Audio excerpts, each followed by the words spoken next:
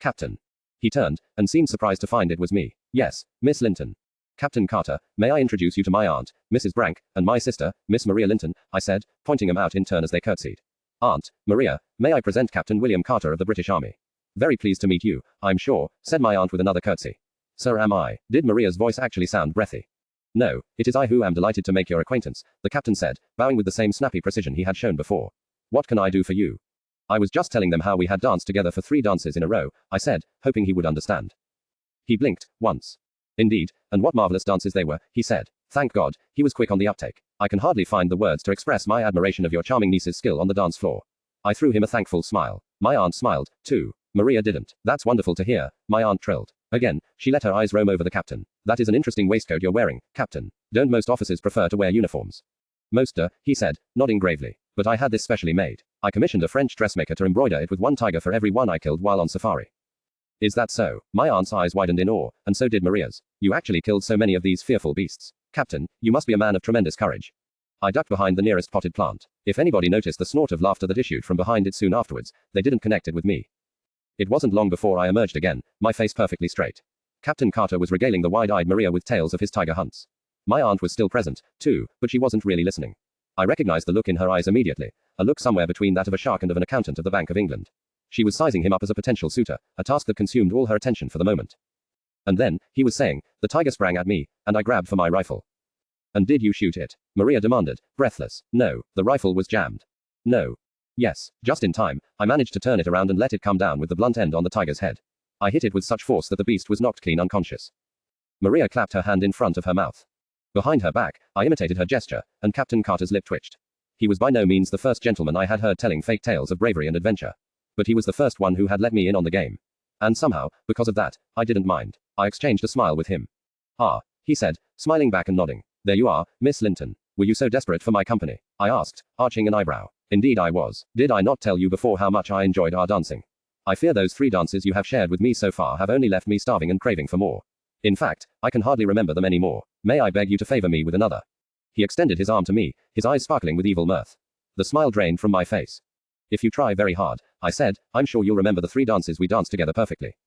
Indeed, no, he said, sighing regretfully. It already seems to me, somehow, as if they never happened. Which would be such a pity, wouldn't it? He extended his arm a little further. Well, Miss Linton. I took his arm, forcing a smile on my face. On our way to the dance floor, as the first notes floated through the air, I leant towards him and said, I'm going to murder you, Captain. He smiled. Will you wait till after the dance? Asterisk tilde asterisk tilde asterisk asterisk tilde asterisk tilde asterisk. It wasn't terrible. I didn't step on his feet, he didn't step on mine. He was a considerate dancer, and didn't try to steer me across the ballroom like most other gentlemen. Neither was he like Mr. Ambrose, with every movement perfect and sleek. Instead, he was flamboyant, every note of the music expressing itself in the way he moved. He smiled, he held me. Maybe he held me a little bit closer than other gentlemen usually did.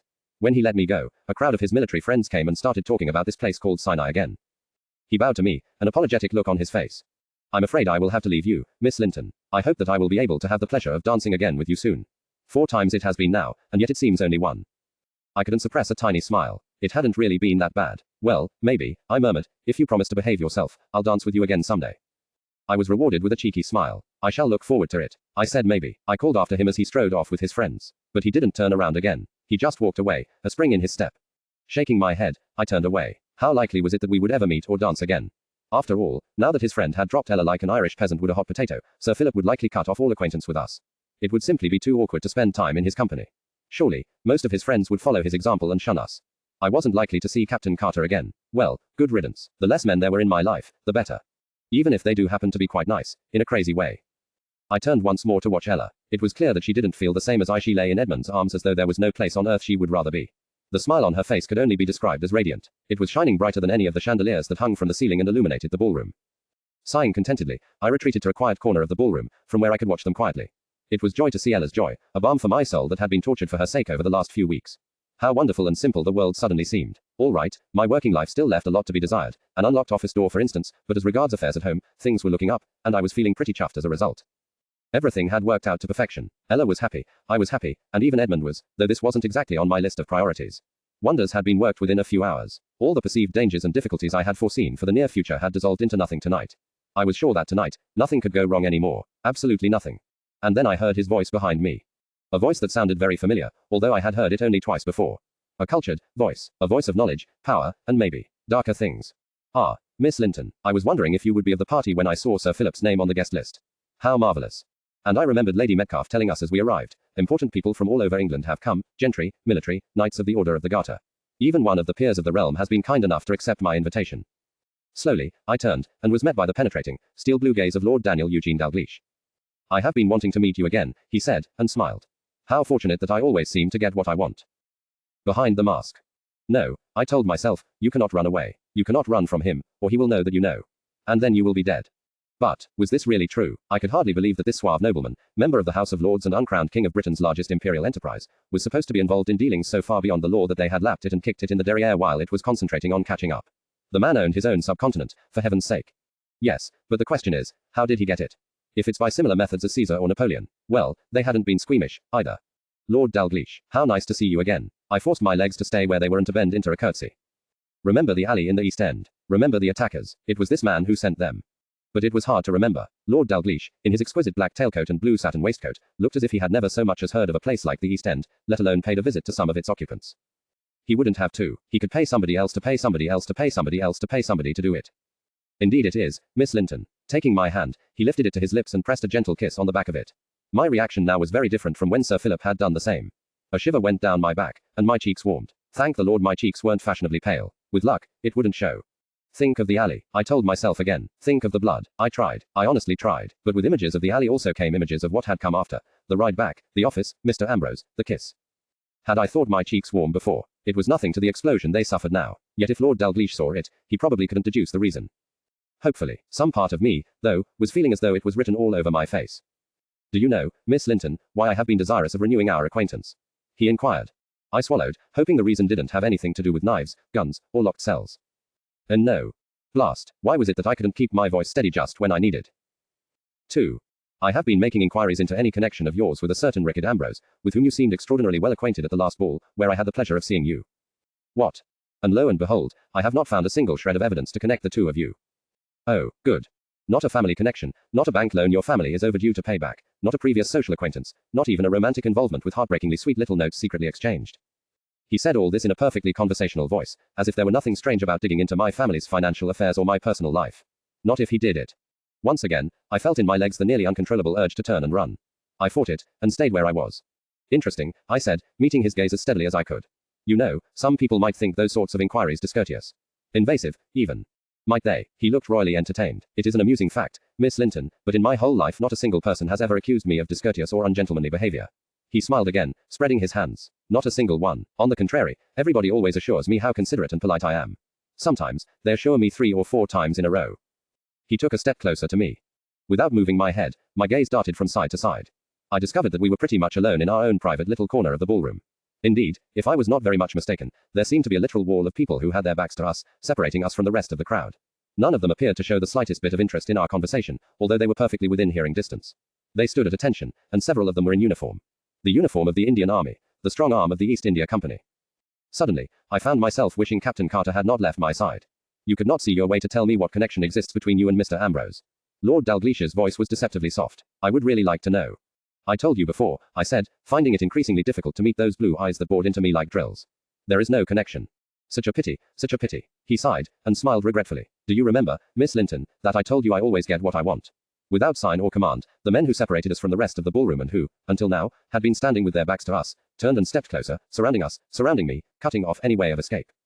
Escape? Why would I want to escape? We were at a ball, for heaven's sake, a public festivity, hosted by one of London's most prominent noblewomen. He couldn't do anything to me here, surely, could he? And besides, he didn't even look as if he wanted to do anything to me. His smile was so friendly, so charming, he looked as if he desired nothing but good for the entire world. With every step the soldiers took towards me, I felt less sure of that. Would you like to accompany me on a little stroll? He suggested, brightly. I've heard Lady Metcalfe's garden is truly beautiful at night. What should I do? Scream for help. But help with what? He hadn't done or said anything improper. There was nothing concrete to suggest danger of any kind. And still, something inside me screamed and clawed at my innards to get me to turn and run. My voice was a mere whisper. What should I do? I don't think so, your lordship. Are you sure? He looked crestfallen, then he suddenly glanced around, saw the soldiers, and his face brightened. Oh, there are a few friends of mine. He turned to me again. Are you sure you wouldn't like to come for a stroll? I think my friends would love to accompany us. These military fellows spend so much time breathing in gunpowder fumes, they need a lot of fresh air. He laughed, a light, carefree laugh that expected nothing but my joyful acceptance. If anybody watching the scene saw me decline again, they would think me abominably rude.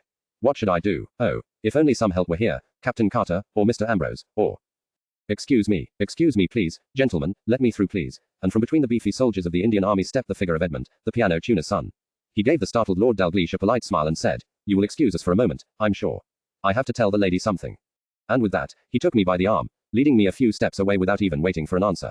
Lord Dalgleish stood where he had been standing, his face back to the perfect beneficent smile that seemed to be his favorite expression.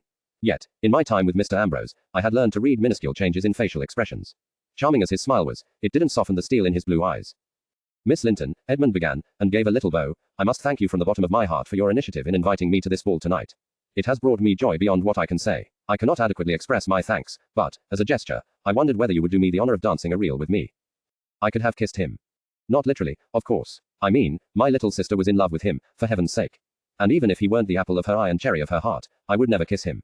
He looked just so, kind, harmless, conservative. Plus, I didn't have plans to kiss any man, of whatever sort, ever. But figuratively speaking, I planted a big bus on his forehead. "Why, thank you, Mr. Conway," I said, curtsying and extending my arm in the most ladylike manner I had ever managed to fake. "A dance is just what I need right now. Yes, and please in the middle of the dance floor, far away from his lordship and company. I would be delighted." Over my shoulder I smiled at Lord Dalgleish. "You will excuse us, your lordship." "Certainly, Miss Linton." He bowed, just a few inches. Was it a coincidence that, at the gesture, the wall of soldiers opened up to let us pass? "Until we meet again." I shuddered as we passed between the uniformed men and they closed ranks behind us. "Are you cold, Miss Linton?" Edmund inquired politely. "No," I shook my head. "Let's dance." Asterisk tilde asterisk tilde asterisk asterisk tilde asterisk tilde asterisk. It was terrible. He stepped on my feet a lot, but nevertheless, I tried not to step on his. I thought it was the least I could do, considering he may have just saved my life. I still wasn't too sure about that, to be honest. Lord Dalgleish hadn't really said anything threatening. He had just invited me on a little walk, after all. But now and then I caught his eye across the ballroom, and had the feeling that it would have been a pretty long walk to an unpleasant destination. I made sure that I stayed among plenty of people for the rest of the ball. Unfortunately, that meant having to dance almost every dance, with any partner who happened to be available. Sometimes, safety came at too high a price. All that sustained me through the long hours of the ball was the sight of Ella and Edmund. Whether they were dancing or not, and no matter how far apart they were, their eyes never left each other. I had to admit I was beginning to warm to this Edmund chap. Maybe it wasn't so terrible that my little sister was in love, and she wouldn't end up miserable and oppressed like so many other women who gave themselves over to a man. And if she would, Edmund would rue the day he was born. As the evening dragged on, the music became slower, the crowd less excited, and finally, it was all over. Lady Metcalfe stood at the door to say goodbye to all the guests. We were some of the last ones to leave, yet there was one other behind us, surrounded by an entourage of figures in uniform. Lord Dalgleish nodded to me and smiled. I could almost hear a voice whispering into my ear, "This is not over." Asterisk tilde asterisk tilde asterisk asterisk tilde asterisk tilde asterisk. I had assumed that, now he had dropped my sister like a hot brick, Sir Philip would try to get rid of us as soon as possible. I was mistaken. He took us home in his coach as planned and, the entire drive, did nothing but chinwag about the fabulous Lady Catherine he had met at the ball. However, other than you might imagine, this was not awkward in the least. Quite the contrary. Why, you might ask. I might have been angry with him for casting aside my sister like a used glove, but seeing as Ella was quite delighted to be thrown aside like a used glove, and looking happier with every word he spoke, taking pains to agree most energetically with his praise of Lady Catherine, it was rather hard. Especially since my aunt was shooting gazes of fiery anger at the poor Sir Philip, not one of which he actually noticed. And her hair, as golden as the sunlight, don't you think? He sighed, his eyes dreamy. Most definitely, Ella concurred, nodding energetically. Golden sunlight on a summer morning. Don't you think so, Mr. Conway? What? Oh yes, stammered Edmund, who had been too busy staring at Ella to hear one word in 10. I shall send her a bouquet of flowers directly in the morning. Or maybe 2, or 3. What do you think, Miss Ella? Make it 4. What an excellent idea. My thanks. He bent to her and gently kissed her hands. Only a good friend can give such good advice. At the word, friend, my aunt nearly burst into flames from indignation. It wasn't long till we reached home. Sir Philip's departure then happened a lot more speedily than usual. He needed to leave to buy flowers for Lady Catherine, and my aunt needed to retreat to her room to simmer with rage at the inconstancy of young aristocrats. Farewell, you all, he called to us, sticking his head out of the coach window and lifting his hat in parting a last time, an excited smile on his face. I shall hope to see you all at my next ball. You are all invited, and, turning to the coachman, onward, find me the nearest florist, man. Yes, sir. The whip cracked, and the coach rolled off down the street. My aunt was already in the house, as could be deduced from the sound of crashing china from somewhere on the first floor. Lisbeth and Gertrude were on their way to follow. Edmund had excused himself. Only Ella, Maria, Anne and I were still standing outside, looking after the coach. Well, Maria sneered, giving Ella a superior look. It seems you are one suitor short, little sister. Yes, Ella sighed, a happy smile suffusing her features. Will you excuse me? I have, things to do. Pirouetting around like an overexcited ballerina, she hurried off around the house, into the back garden. I thought I had an inkling what things she had to do, and with whom. Is it only me? Maria asked, confused, looking at Anne and me in turn, or did she seem not the least bit disappointed about losing one of the most eligible bachelors in London as a potential husband? Of course she was disappointed, I said. Couldn't you tell by the way her left little finger twitched? That always gives people away. Now, if you will excuse me, I think I have the sudden urge to take a late night stroll in the garden. Asterisk tilde asterisk tilde asterisk asterisk tilde asterisk tilde asterisk. Oh, Ella, my love. Oh, Edmund, my love. As sweet nothings fluttered through the holes in the fence, I settled myself comfortably down behind the bushes. Seeing as this might be a longer episode of the romantic drama of the back garden, I had brought a copy of the Further Adventures of Robinson Crusoe with me. For now, though, it remained closed, and I peeked through the foliage towards the place where Ella was clinging to the fence and, through the fence, to Edmund. It had to be quite uncomfortable embracing somebody around several metal bars, but neither of them seemed to mind. My eyes strayed to the ladder leaning against the garden shed. Still, neither of them seemed to have noticed it, or thought of using it. Oh, Ella, my love, Edmund whispered. How can this be? How can I be so fortunate to be holding you in my arms tonight, when I thought that by now I would have lost you forever? We must have a guardian angel watching over us from heaven, she whispered, pressing her face into his chest as best she could. From heaven, from behind the bushes, rather. But otherwise, she had hit the nail pretty much on the head. Tell me this is true, Edmund sighed. Tell me I am truly holding you right now, and it is not some phantasm I have dreamed up in my desperation of losing you to another. It is true, Edmund, my darling. I am here. I will always be here. I love you. I love you, too. I love you more. No, I do. I tuned out the conversation and immersed myself in the further adventures. I only resurfaced from my adventures in Madagascar when, out the blue, I heard my name. Lily. Yes, my darling Ella, your sister, Edmund murmured. I was up on my feet and listening intensely in an instant. They were talking about me. What the heck did they have to talk about me? Edmund was smiling, so I finally met her. What did you think of her? Ella asked anxiously. I leaned forward, pricking up my ears. Yes, what did you think of me? And be careful what you say, you little piano tuning bastard. I have a sharp parasol. What do I think of her? Edmund laughed. Ella, if not for her, I wouldn't even have been at that ball. I would never have held you in my arms. Right now, after you, she ranks as the person I respect most in the world, more than the Queen, or, yes, even Ignaz Bosendorfer. Bosendorfer, who the dickens is Ignaz Bosendorfer? 49. The name sounded like someone you wouldn't want to meet in a dark alley, but from the reverent way he pronounced it, and the way Ella beamed up at him, the chap must have been royalty or maybe an ancient demigod. For some reason, I found myself grinning. Blast, what did it matter if Edmund thought well of me? But I couldn't wipe the silly grin off my face. If only we could reveal all to her, he sighed. I know, Edmund. Ella mirrored his sigh. I wish, too, that she knew how dear I hold you in my heart. I wish she could hear and see us right now, but it cannot be. Well, actually, my dear sister. Nobody must ever know, if our affections ever became known. She trailed off. He picked up the meaning of her words without great difficulty. Your aunt didn't seem very fond of me, he ventured. She can be difficult, sometimes. Do you think she might ever be prevailed upon to accept me as the man who loves you? I don't know, maybe. One thing about my little sister, she is an eternal optimist. From inside the house, there came another crash of china, followed by a screech that sounded like Sir Philip Wilkins' name, mixed with powerful invectives. Ella jumped and guiltily looked back at the house. Your aunt? Edmund asked. She nodded. She had set her heart on this match. I would be sorry for her sake that it did not come about, but, she smiled weakly at Edmund, somehow, I cannot seem to manage to be very sorry. He smiled back, but then, his face became solemn again. But you're not sorry that we didn't have to run away, either, are you? He asked. Ella sucked in air, sharply. She hesitated. Then, no, I'm not. Her voice was small. I love you with all my heart, Edmund. But in my heart I also love Aunt Lily, my other sisters, even Uncle Bufford, though we practically never see him. My heart would have been broken, had I been forced to leave them. And with a broken heart, I could not have loved you half as well as you deserve. There were a few minutes of silence. Then, Edmund spoke again, and his voice was a little unsteady. Ella, I have to ask your forgiveness. Forgiveness, Edmund, for what? He swallowed. For this, for my devious plans, for how I tried to lure you away from your home, your family, and trap you in a disgraceful union. Now that the weight of Wilkins is lifted off my mind, I can hardly comprehend what I was thinking, what I was doing. And I'm not just talking about my plans to run away with you. The way I've been acting, presuming to touch you where I shouldn't touch you, presuming to hold you like no gentleman should. I must have been mad. I only ever want to behave to you as a gentleman should behave, Ella. You are the sweetest, most gentle lady that ever walked the earth. You deserve nothing less. In fact, you deserve a lot more. Again, he took a breath. So, I wanted to apologize for all I did. I wish you to know that, had there been any other way, had I been master of myself and my heart, I would never have suggested an elopement. If you can, forgive me, and forget all about it. We will go back to the way things were. I will behave with propriety towards you, and never again step out of line. Of course I forgive you, Edmund. Was something wrong with my ears, or did she sound a tiny bit disappointed? And of course you were right. We should behave properly. We have been acting foolishly lately. He nodded. She nodded. Yet he didn't loosen his grip on her, still holding her in a manner that I, at least, would not have termed proper for a gentleman. Before we return to propriety and forget foolishness, though, he muttered, his voice rough. Yes, her voice was tinged with hope. Could I hold you for just 1 minute longer? Tears sparkled in her eyes as she pulled him even closer. Unlike so often in the last few weeks, I knew that this time, they were tears of happiness. Yes. Asterisk tilde asterisk tilde asterisk asterisk tilde asterisk tilde asterisk. It was only next morning I realized that, during the latter half of the romantic interlude in the garden, I hadn't once got bored and reached for the further adventures of Robinson Crusoe. Did this mean I was actually developing an interest in romance? If that were the case, I thought I'd better find a lake to drown in. But no. It had to be that I was simply happy to see Ella happy. Yes, that was a perfectly legitimate reason to stare at her from behind a bush. My reasons had nothing whatsoever to do with the fact that I was beginning to wonder what it might be like to have somebody care for me the way Edmund cared for her. Nothing at all like that.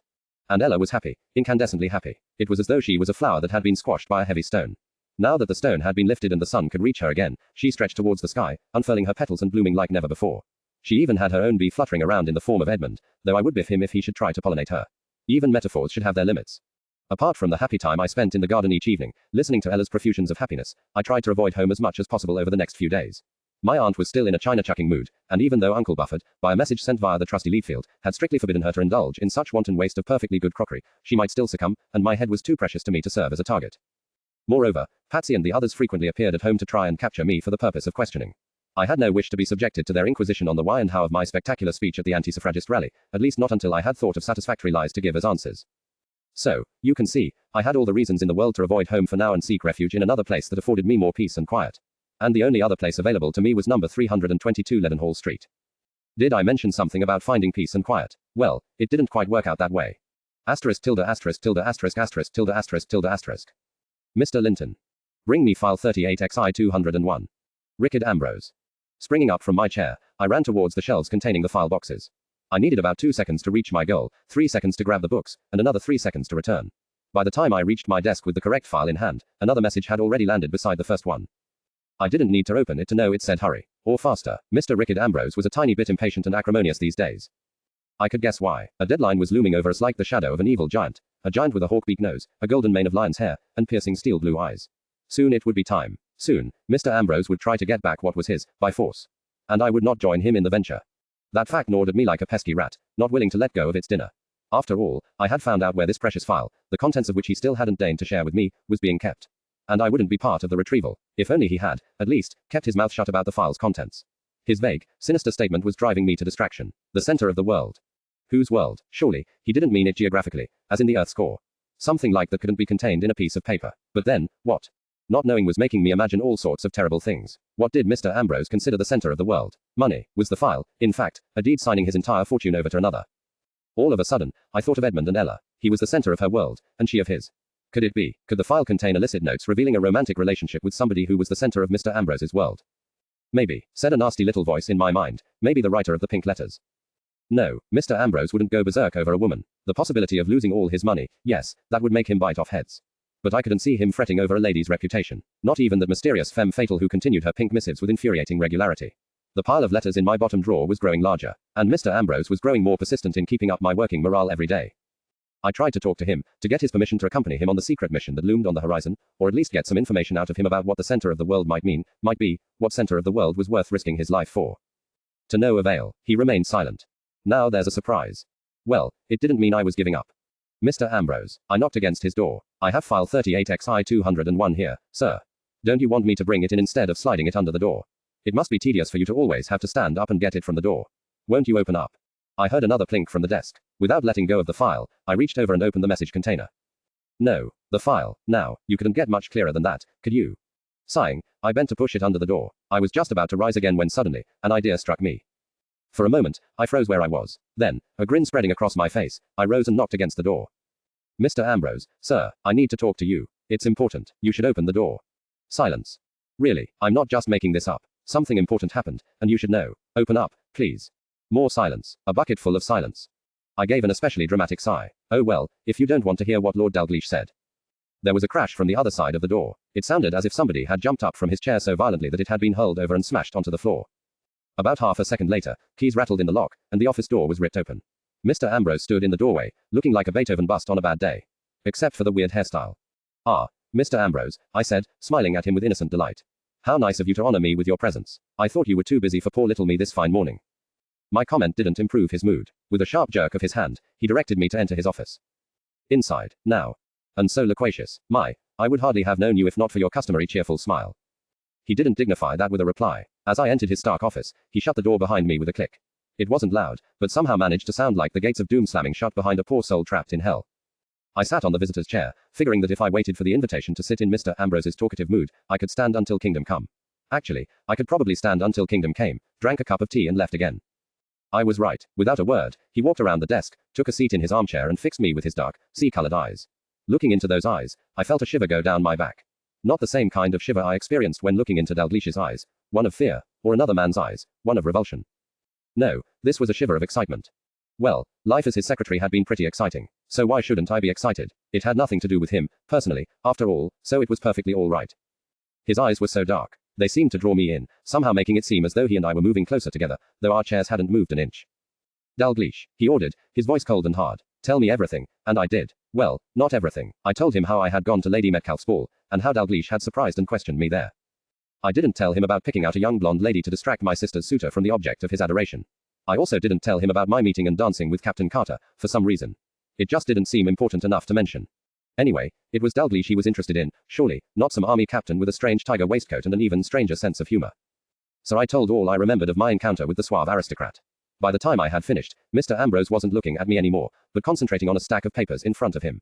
Strangely, however, although he normally was a fast reader, he had already stared down at one page long enough to read the complete works of William Shakespeare.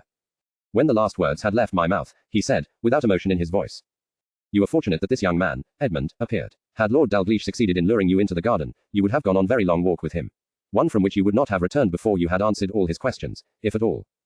His words gripped my heart like a fist of frost. So I had been right in wanting to run. But